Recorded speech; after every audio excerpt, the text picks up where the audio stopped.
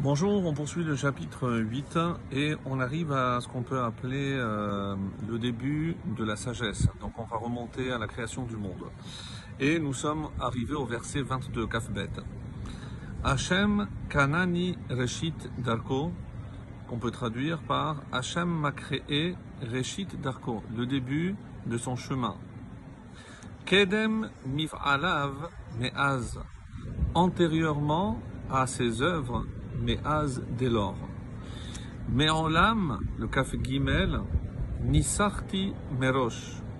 Dès l'éternité, j'ai été Nisarti ici, on va traduire par formé. Certains disent ce que c'est Nissour, c'est-à-dire oin, donc destiné à une fonction très importante. Merosh, dès le commencement. Mikadme Aretz, dès l'origine de la terre. Alors ici, par exemple, le Radak et le Ibn Ezra nous disent clairement, quand Hachem, on dit qu'Hachem m'a créé, de qui s'agit-il? C'est-à-dire la Chokhma, la sagesse.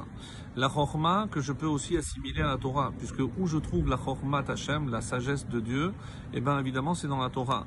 Ah, donc c'est pour ça que il considère que déjà avant même la création, la Nisarti, en quoi elle était, pourquoi on dit qu'elle était ointe, cette sagesse?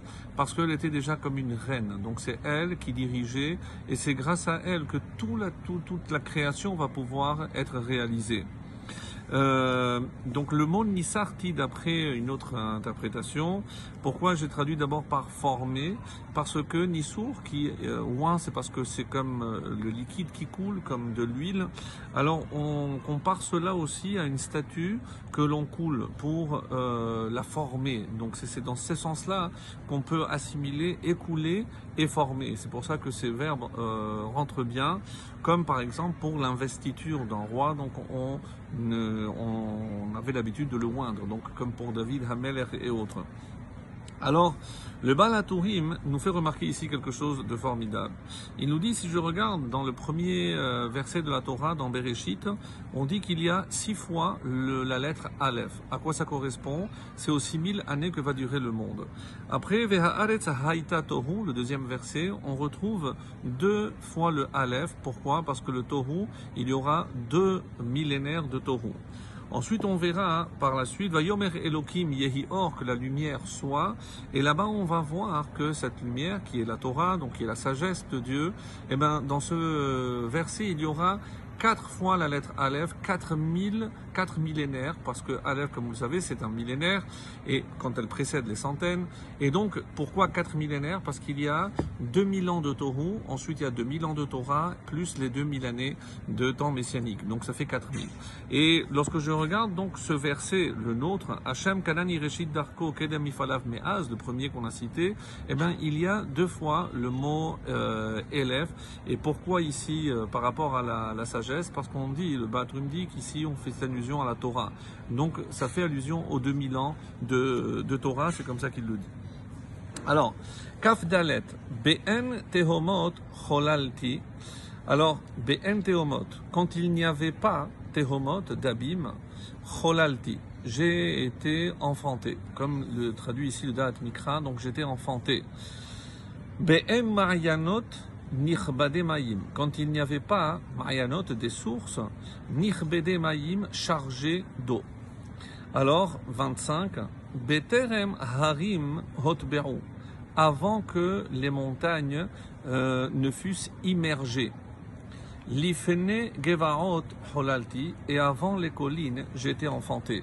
Alors, ici, les commentateurs, donc entre Radak et autres, nous font remarquer qu'on poursuit, comme au début de la création, il y a eu la lumière c'est cette sagesse-là, donc on poursuit avant que les eaux ne laissent émerger la terre, etc. Donc la sagesse était déjà là, présente.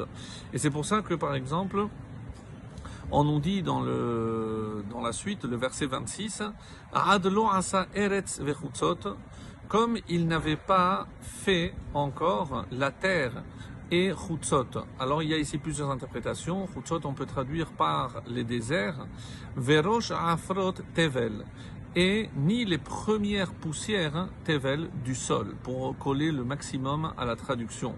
Alors ici, le Rashi, par exemple, nous dit Lo asa Eretz, Eretz c'est la terre d'Israël, Chutzot c'est Chutz, tout ce qu'il y a en dehors d'Israël. Et à quoi ça fait allusion? C'est dans le traité de Ta'anit, à la page 10a, on dit que la terre d'Israël a été créée en premier lieu, parce que c'est la plus importante, et c'est à partir de la terre d'Israël que tout a été créé.